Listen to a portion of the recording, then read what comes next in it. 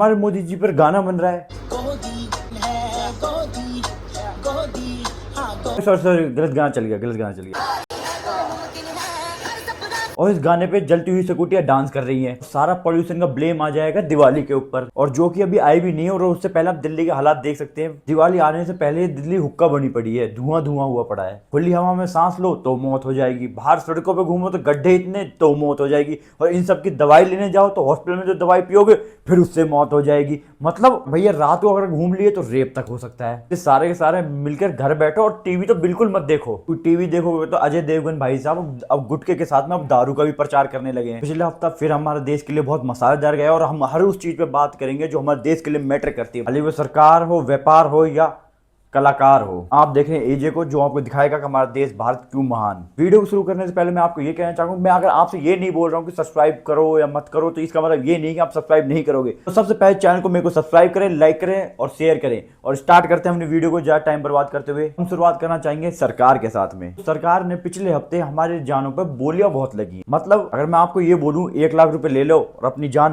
मुझे दे दो, आप दे पाओगे? नहीं दे पाओगे। पर हमारी सरकार ये सब करती है। आप सोच रहे हो मैं क्या मजाक कर रहा हूं, पर ऐसी एक नहीं, दो नहीं, बहुत सारी न्यूज़ें हैं। बस आप लाइन बाय लाइन मेरी बातों को सुनते रहो। आपको नहीं पता होगा तो हाल फिलहाल में कुछ दिन पहले एक एसी बस के अंदर में आग लगी जिसमें 20 लोग की मौत हो गई, और कुछ जो बच गए वो इतनी बुरी तरीके से घायल हैं। सरकार ने उनकी जान की कीमत लगाई है 2 लाख रुपए पर पर्सन। हाँ, कीमत ना बोले, मुआवजा अनाउंस किया है 2 लाख पर पर्सन। एक एसी बस थी, कहीं तो वो जा रही थी और उसके अंदर शॉर्ट सर्किट हुआ और उस बस के अंदर में आग लग गई।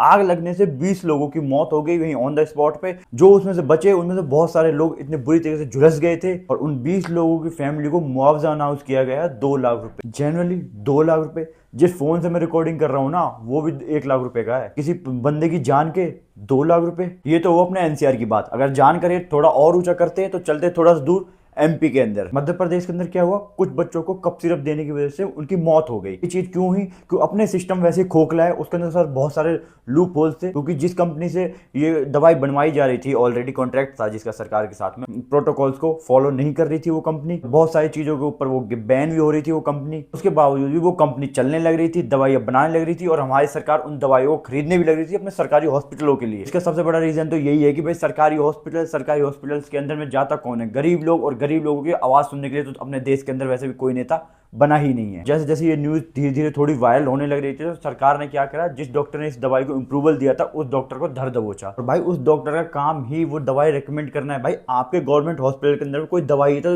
एक सरकारी डॉक्टर उसी दवाई को तो लिखेगा, उसमें डॉक्टर की कोई गलती नहीं। वो दवाई के अंदर इशू था जिस कंपनी ने वो बनाई थी। इस बात के ऊपर इतना ज्यादा हल्ला हुल्ला हुआ ना, जब जाके सरकार ने कॉन्ट्रैक्टर या मैन्युफैक्चर को पकड़ा और उनसे बोला, और उस सारे कंट्रोवर्सी के बाद क्या हुआ, लोगों की फिर जान की कीमत लगने लगी। जिन भी फैमिली के बच्चे इस दवाई के पीने से मौत हुई थी उनको क्या मिला? बीजेपी सरकार की तरफ से 4 लाख रुपए मुआवजा। मतलब बोले तो दोबारा 4 लाख रुपए उनकी जान की कीमत। और ये भी आपको कम लगता है तो रेट की बोली थोड़ी और बढ़ाते हैं और बॉम्बे चलते हैं। अब बॉम्बे हाई कोर्ट ने अनाउंस किया है कि जिन भी लोगों की एक्सीडेंट में जान जा रही है और जिसका रीजन गड्ढे या रोड की बेकार हालत है, उनके कॉन्ट्रैक्टर से कांटेक्ट करा जाएगा, और उनके सिविल इंजीनियर से कांटेक्ट करके उनके ऊपर मुकदमा करा जाएगा, और जो भी उस एक्सीडेंट में आदमी मरेगा या जो भी कुछ होगा उसको 6 लाख रुपए मुआवजा दिया जाएगा। मुआवजा बोले तो 6 लाख रुपए उसकी जान की कीमत लगा दी। थोड़ा सा ध्यान दीजिए, यहाँ पर जो बोली पहुंच चुकी है वो 6 लाख तक पहुंच चुकी है एक जान की। अब इसके दो पहलू बनते हैं भाई। पहली बात तो एक जान की कीमत को तुम पैसों से कंपेयर ही क्यों कर रहे हो, और दूसरी बात अगर पैसे देने हैं तो इतने से क्यों दे रहे हो, थोड़े ज्यादा दो ना भाई। जो आदमी एक्सीडेंटल या ऐसी घटनाओं में मर चुका है, देखो हम उसको वो सच है कि भाई हम उसको जिंदा तो हम कर नहीं सकते, एटलीस्ट हम उस फैमिली को थोड़ा कंपनसेशन देते हैं जिसकी वजह से वो फाइनेंशियली स्ट्रांग हो सके। क्योंकि हो सकता है जो सरकार की गलती में या बस जलने की घटनाओं में जो आदमी उनकी फैमिली से गया है, वो हो सकता है उनकी फैमिली में इकलौता कमाने वाला हो, पर हम इसलिए उस फैमिली को या उनके परिवार को, उनके लव वन को हम थोड़ा कंपनसेशन या मुआवजा देते हैं कि वो फाइनेंशियली अपने आप को संभाल सकें। ये सरकार मुआवजा अनाउंस करती है, पर प्रॉब्लम ये है कि जो मुआवजा आज से 10 से 15 साल पहले मिलता था वही मुआवजा आज भी मिल रहा है। पर क्या आपको पता है कि आज की टाइम की जो फाइनेंशियल कंडीशंस हैं वो सेम है? प्रॉब्लम की बात यही है, ये मुआवजा बढ़ाने का किसी भी नेता ने आज तक सोचा ही नहीं है। आज से 20 साल पहले जो फैमिली 1 लाख रुपए में अपना साल से 2 साल तक का गुजारा कर सकती, क्या वो आज 1 लाख रुपए में अपने साल भर का गुजारा कर सकती है वो फैमिली आज? ये तो सरकार का सारा असर ये है कि हमने भाई उनकी मौत के लिए एक मुआवजा दे दिया और अपना पल्ला झाड़ लिया, अब तुम जानो तुम्हारा काम जाने। पर क्या किसी सरकार को एक बार भी शर्म आती है इस चीज के लिए कि हम किसी भी जान नुकसान के लिए 1 लाख या 2 लाख या 6 लाख रुपए ये मुआवजा दे देते हैं? क्या उनको ये नहीं लगता जो असली प्रॉब्लम उनका उनका सुझाव करा जाए उसकी जगह? मुझे तो ये बताओ, आज की डेट में बढ़ती महंगाई के टाइम पे 2 लाख रुपए या 1 लाख रुपए या 6 लाख रुपए में तुम कर क्या सकते हो आज? भाई इतने रुपयों से ये बताओ कब तक तुम गुजारा कर सकते हो अपना? भाई ये कंपनसेशन का जो एजेंडा था, मेन एजेंडा ये था कि जो फैमिली का भाई कोई ऐसा पर्सन जा रहा है उसको भाई फाइनेंशियली या थोड़ा सपोर्ट कर सके, उनको प्रॉब्लम ना है इस चीज़ के लिए। और ये अब एजेंडा किस लिए यूज़ हो रहा है कि उनका मुंह बंद करवाने के लिए, या वो सरकार के खिलाफ ना बोले, या उनको बहलाने फुसलाने के लिए। तो फैमिली कंपनसेशन लेती, उस फैमिली को भी शर्म आ जाती है कि हमारे एक जान की कीमत की सिर्फ 2 लाख रुपए, और ये पैसे लेते वक्त पूरे देश को शर्म आ सकती है, पर वेस्ट बंगाल के लोगों को नहीं, क्योंकि वेस्ट बंगाल के अंदर पैसे नहीं मिलते, वहां मिलते झूठे इल्जाम, ब्लेम्स दिए जाते हैं कि भैया आप रात को बाहर ही क्यों निकले। अभी से हाल फिलहाल कुछ दिन पहले बंगाल के दुर्गापुर सिटी के अंदर में MBBS कॉलेज के स्टूडेंट के साथ में गैंग रेप हुआ। पर भाई होने को ये पहला केस नहीं है कि हम ये बोल सके सरकार इन चीज़ों के लिए प्रिपेयर नहीं है, पहली बार हुआ ये सब। तो आपको पता ही है 1-1.5 साल पहले क्या केस हो चुके हैं और क्या किस लेवल तक हो चुके हैं, ये सब चीज़ें आपको पता ही है, सरकार को भी और हमें भी। पर फिर भी सरकार की तरफ से विक्टिम क्लेमिंग करी जा रही है, इल्ज़ाम लगाए जा रहे हैं, जिसमें वो कह रहे हैं कि लड़की रात को बाहर ही क्यों निकली। जिसने ये घटिया काम किया उससे पूछने या जवाब मांगने के लिए कोई सरकार नहीं है। ममता जी जो वहाँ की CM है, वो आके क्या कह रही है, ये तो कॉलेज की प्रॉब्लम है, क्योंकि वो प्राइवेट कॉलेज था, उसमें हमारी जिम्मेदारी थोड़ी है। She was studying in a private medical college. So all the private medical college, whose responsibility? How they came out in the night at 12:30? They should not be allowed to come out in the out. इस बात के लिए सिर्फ मैं यही कहना चाहूंगा कि वो कॉलेज विदेश में तो था नहीं, वो अपने देश के अंदर में था, वेस्ट बंगाल स्टेट के अंदर में था, जहाँ की CM आप हो। आपकी जिम्मेदारी बनती है कि उस स्टेट के लॉ एंड ऑर्डर को और ऐसी घटनाओं को रोकें। इन सारी बातों को घुमा फिरा के बताऊं तो सीधी बात ये, अगर आपकी जान देश में कहीं भी जा रही है तो आपको थोड़ा बहुत चंदा चिल्लर मिल जाएगा, पर आपकी जान वेस्ट बंगाल में जा रही है तो आपको मिलेंगे ब्लेम। आपकी गलती, आप बंगाल में गए क्यों, आपकी गलती आप बंगाल में पैदा क्यों हुए, आप रात को बाहर क्यों निकले, ये आपकी गलती है। आप यहाँ पे आए हो बंगाल के अंदर तो मरो, और बंगाल के अंदर अलग ही रूल चलते हैं, और हम डिक्टेटर बोल रहे हैं मोदी को। वैसे वो है पर उसको छोड़ते अभी, इसलिए मैं कह रहा हूँ कि मोदी जी को छोड़ के भी बहुत लोग हैं अपने जो डिक्टेटर वर्ड डिजर्व करते हैं। पता नहीं हमारा देश कब इन चीज़ों को समझेगा। वीडियो में आगे बढ़ने से पहले कहूँगा चैनल को सब्सक्राइब कर लो, ठीक है, शांति से आराम से। बस इन सारी चीज़ों के बीच में हमारे अनभक्तों के लिए एक बहुत अच्छी चीज़ है कि एक सॉन्ग निकला है, मोदी है तो मुमकिन है। एक्चुअल में T सीरीज के ऊपर एक गाना निकला है जिसका नाम भी मोदी है तो मुमकिन है, और एक्चुअल में उसके लिरिक्स भी मोदी है तो मुमकिन है इससे रिलेटेड ही हैं। इसके अंदर बहुत सारे एक्टरों ने उस सॉन्ग के अंदर पार्टिसिपेट किया है और नारे लगा रहे हैं मोदी है तो मुमकिन है, क्योंकि मोदी जी की प्रायोरिटी रोड्स नहीं है जो हमारे ख़राब हालत में है, मोदी जी की प्रायोरिटी मेडिकल हेल्थ नहीं है जो हमारे देश के गरीब परिवारों के बच्चे वो खराब कफ सिरप पी के मरने लग रहे हैं, मोदी जी की प्रायोरिटी लॉ एंड ऑर्डर नहीं है जिसमें गवाई जी पे जूता तक फेंक दिया गया। और अगर मोदी ये सब मुमकिन कर पा रहे हैं तो ये मुमकिन होना नहीं चाहिए। अगली न्यूज़ के ऊपर चले तो भाई दिल्ली के अंदर ऑलरेडी पॉल्यूशन आ चुका है। तो भी लोग ये सोच रहे हैं दिवाली आ रही है, दिवाली के बाद ब्लेम करेंगे दिवाली को, ये धुआं धुआं दिख रहा है, हमें तो सांस नहीं आ रही, पॉल्यूशन बढ़ गया है। तो पहले ही बता दूं भाई, दिवाली अभी आई नहीं है और उससे पहले दिल्ली और दिल्ली NCR के अंदर में पॉल्यूशन दिखने लग गया। इसका मतलब दिवाली की गलती नहीं है, क्योंकि इसका सीधा सीधा रीजन ये है कि पंजाब और हरियाणा के अंदर में जो बची हुई फसलें और पराली होती है वो जलाई जाती है, और सर्दी के टाइम पे हवा डेंस हो जाती है और पॉल्यूशन नीचे बैठने लग जाता है। थोड़ा साइंस पढ़ लोगे तो समझ में आ जाएगा। और आपको NCR के पॉल्यूशन और इससे रिलेटेड एयर इंडेक्स के बारे में अगर कोई इन्फॉर्मेशन चाहिए तो कमेंट कर दो, इससे रिलेटेड वीडियो बना दूंगा। बात को बताने का सिर्फ यही एजेंडा है कि भाई ये कोई न्यूज़ नहीं, कोई नहीं, पर जो लोग ये बोलते हैं कि दिवाली से पॉल्यूशन होता है उनको जवाब देने के लिए बता रहा हूँ मैं ये सारी बातें। और इसका मतलब ये नहीं कि मैं ये कह रहा हूँ तुम भाई पटाखे फोड़ो, खूब फोड़ो, इसका मतलब पटाखे फोड़ना सही है गलत है। भाई मैं सीधा बता रहा हूँ, तो कुछ पटाखे फोड़ने में कोई इंटरेस्ट नहीं आता, क्यों भाई मैं खामा अपने 10-20 हज़ार रुपये को क्यों आग लगाऊं, इसलिए मुझे कोई इंटरेस्ट नहीं आता पटाखे फोड़ने में। खुद मैं 5-6 साल से फोड़ता भी नहीं हूँ। मैं इस चीज़ को जानता हूँ कि दिवाली पे इतने भी नहीं फूटते कि सांस लेना मुश्किल हो जाए या इतना पॉल्यूशन हो जाए कि जो 6-7 महीने तक वो पॉल्यूशन खत्म ही ना हो। मेरे अंदाजे से आपको उन चीज़ों पर ध्यान देना चाहिए जिससे एक्चुअल पॉल्यूशन होता है, उन कंपनियों से, उन फैक्ट्रियों से पॉल्यूशन नॉर्म्स को ब्रेक कर रही हैं। शायद इस चीज़ से पॉल्यूशन कंट्रोल में आए। चलो अब सरकार को करते साइड और चलते हैं व्यापार के ऊपर। और अगर हम व्यापार की बात कर रहे हैं तो हम डोनाल्ड ट्रंप को तो भूल ही नहीं सकते, जिन्होंने हमारे इंडिया देश के ऊपर बहुत सारे टैरिफ लगा रखे हैं, और ये बात आप सभी को नॉर्मली पता ही होगा। प्रॉब्लम की बात वो नहीं, प्रॉब्लम की बात ये है कि शायद ये टैरिफ अब हट सकते हैं, क्योंकि इंडिया और अमेरिका की ट्रेड डील दोबारा से आगे बढ़ रही है और ये लोग बात करने लग रहे हैं अब। और इंडिया अभी फिलहाल टाइम पे बहुत क्रेजी और घुमावदार सिचुएशन के अंदर फंसा पड़ा है। कुछ रिपोर्टों के हिसाब से, मैं नहीं कहता वो सच है या झूठ है, पर उनके मुताबिक ये आ रहा है कि अगर हमारे ऊपर सैंक्शन हटा दिए जाते हैं तो हम रशिया से तेल खरीदना बंद कर देंगे और USA से डायरेक्ट तेल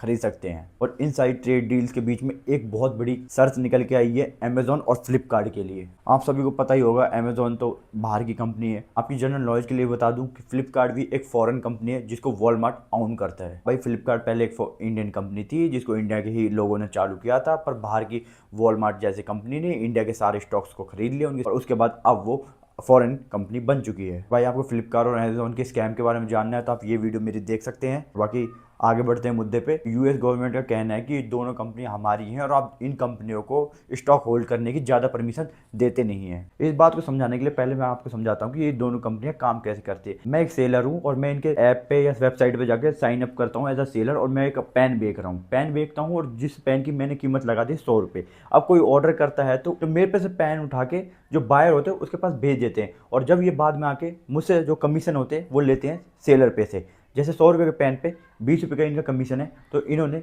मुझसे 20 रुपये ले लिए। और ऐसे ही ऑलमोस्ट सारे ई कॉमर्स ब्रांड काम करते हैं। अभी अमेजोन पे किस चीज़ की रेस्ट्रिक्शन है कि ये बल्क में स्टॉक अपने पास नहीं रख सकता। जैसे कि हम अभी एक पेन को बेच रहे हैं जिसमें से 20 रुपये का कमीशन अमेजोन रख रहा है और 80 रुपये मेरे पास प्रॉफिट के अपने बच रहे हैं, जो भी मेरा प्रॉफिट बन रहा है। अब अमेजोन इसमें आके ये बोले कि मैं तुमसे 1 लाख पेनों का ऑर्डर देता हूँ और तुम मुझे 50 रुपये में दे दो, कोई प्रॉब्लम नहीं। भाई आप एक बार में 1 लाख पेन खरीद लो 50 रुपये के रेट से, मुझे भी कोई प्रॉब्लम नहीं। अब ये सारी चीज़ें नायका कर सकता है, जेप्टो कर सकता है, ब्लिंकिट कर सकता है, मीशो कर सकता है और अदर इंडियन ब्रांड है ई कॉमर्स वेबसाइट वो सब कर सकते हैं, पर अमेजोन और फ्लिपकार्ट नहीं कर सकते। कोई फॉरेन बैक कंपनियों पे गवर्नमेंट ने रेस्ट्रिक्शंस लगा रखी है, स्टॉक होल्ड ना कर सकें वो। अभी ट्रम्प गवर्नमेंट की तरफ से ये डिमांड आ रही है कि आपको ये रेस्ट्रिक्शंस हटानी पड़ेंगी। तो कहना ये है कि ई कॉमर्स मार्केट के अंदर में ये बहुत अनफेयर एडवांटेज है। और वैसे भी भाई इतनी रेस्ट्रिक्शन होने के बाद अमेजोन के प्रोडक्ट बिकते रहे हैं, और मेरे अंदाज़ से अमेजोन ने, मुझे तो लगता नहीं आज तक ये रूल कभी फॉलो किया भी है। बस क्या है, अब इस बात को, इस चीज़ को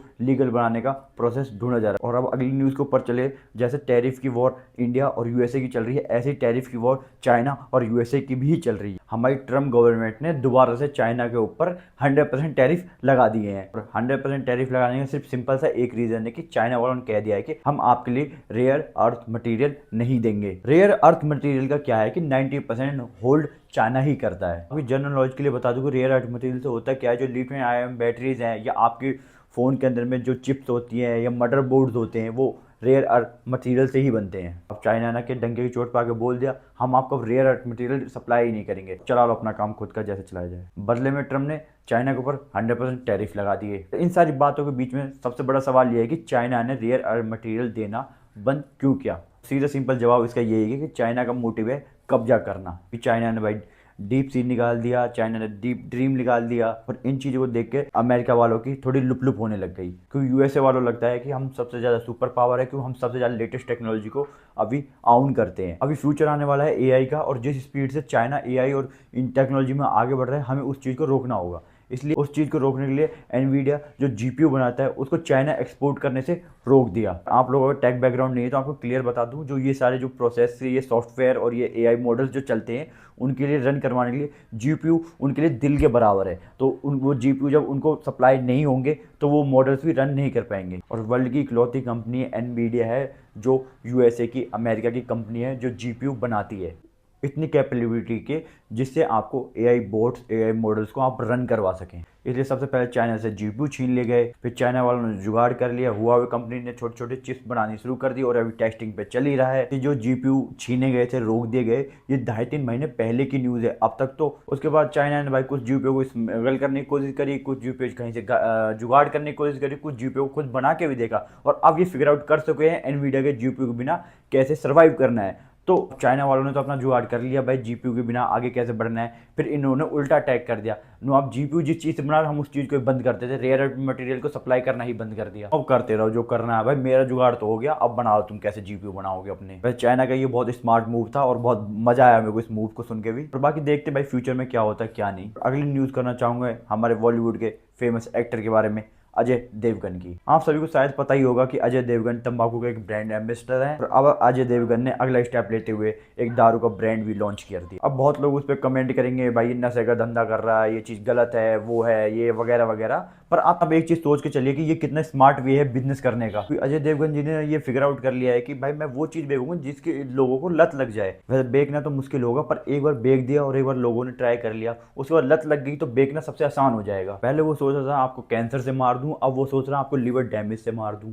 अगर आप सारे पॉइंटों को साइड करते हुए ये देखते हैं बिजनेस के आइडिया से, तो सबसे बेस्ट बिजनेस आइडिया है ये कि आप अच्छे टेस्ट के अंदर, अच्छे प्राइस पॉइंट के अंदर अगर आप कोई भी दारू निकालते हैं, तो इंडिया का मार्केट सबसे ज़्यादा बड़ा है दारू के लिए। दारू पीने के लिए ना आपको एडवर्टाइज करने की जरूरत है, ना लोगों के सामने हाथ जोड़ने की जरूरत है, ना मार्केटिंग करने की जरूरत है। लोग घर पे क्लेश कर करके आपकी दारू खरीदने और पीने आएंगे। बिजनेस की लास्ट न्यूज़ के बाद बात करें तो मैं बात करना चाहूँगा ओला के बारे में, जिन्होंने कुछ टाइम पहले कि उन्होंने सेल निकाली थी कि 5 मिनट के अंदर में उनके स्कूटर बहुत सारे बिक गए, जिससे पूरा स्टॉक आउट ऑफ स्टॉक हो गया। बहुत सारे स्कूटर बेचने में प्रॉब्लम ये थी कि अब उस ये नहीं पता है कि वो 1 स्कूटर है, 2 स्कूटर है, या 10 स्कूटर है, या 1000 स्कूटर है। जितने भी बड़े जाइंट हैं जो फ्लैक्स सेल निकालते हैं, वो 12 बजे सेल को लाइव करते हैं, उसके बाद देखते हैं कितनी देर में आउट ऑफ स्टॉक चला जाता है। पर जो ये आउट ऑफ स्टॉक का जो मैटर है, इसके अंदर में आपको किसी को ये नहीं पता वो आउट ऑफ स्टॉक के अंदर में कितना स्टॉक है। वो 1 हो सकता है, 2 हो सकता है, 1000 हो सकता है, 10,000 हो सकता है। तो एक्चुअल में रियलिटी क्या है ओला की? ओला के बाहर सर्विस सेंटर पे आके लोग उनकी स्कूटी में आग लगाने लग रहे हैं, क्योंकि ओला कंपनी इतनी रद्दी सर्विस प्रोवाइड करती है कि लोगों की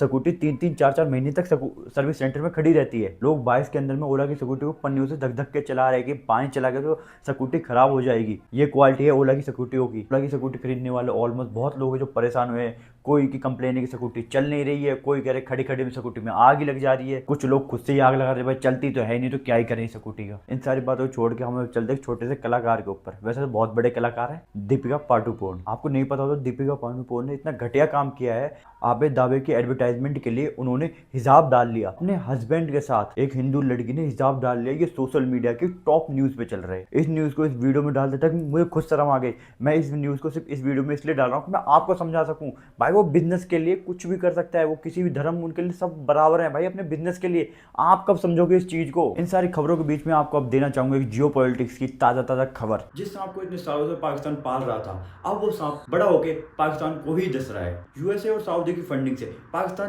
तालिबानियों को जिहादी बनाने में लगा हुआ था, जिनको उन्हें तैयार किया, आम किया वॉर के लिए, जो वॉर 1980s में अफगानिस्तान से सोवियत यूनियन को भगाने के लिए करी गई थी। पर उस वॉर के बाद भी पाकिस्तान अफगानिस्तान को फंड करता रहा, ये सोचकर कि अफगानिस्तान हमारी मदद करेगा इंडिया से लड़ने में, कश्मीर को हासिल करने में। पर अब हुआ उल्टा ही उसका। वो खुद अब एक ऐसा ग्रुप बना बैठे जो पाकिस्तान का सबसे बड़ा दुश्मन बन चुका है, तरीके तालिबान पाकिस्तान। और बात करें अफगानिस्तान की, अफगानिस्तान तो शुरुआत से ही इंडिया को दोस्त मानता है। इतना बड़ा खेल पलट गया, अब इसके पीछे किसका हाथ था? सुनने को तो आ रहा है इसके पीछे सबसे बड़ा हाथ हमारे मोदी जी का था। और बाकी मैं आपसे ये कहना चाहूंगा, लास्ट तक वीडियो देखने के लिए धन्यवाद। और भाई चैनल को लाइक, सब्सक्राइब, शेयर करना प्लीज मत भूलो भाई, आपके सपोर्ट का मुझे बहुत ज्यादा जरूरत है। आपके लिए मैं इतनी मेहनत करके वीडियो बनाता हूँ, एडिट करता हूँ, ये रिसर्च करता हूँ, उसके बाद आप एक लाइक, सब्सक्राइब, शेयर भी नहीं दे पा रहे हैं मुझे। भाइयों ऐसी मोर इन्फॉर्मेटिव वीडियो अगर मैं बनाता रहूँ तो लाइक, सब्सक्राइब, शेयर करना ना भूले। मिलते हैं नेक्स्ट वीडियो के साथ में। जय हिंद, जय भारत।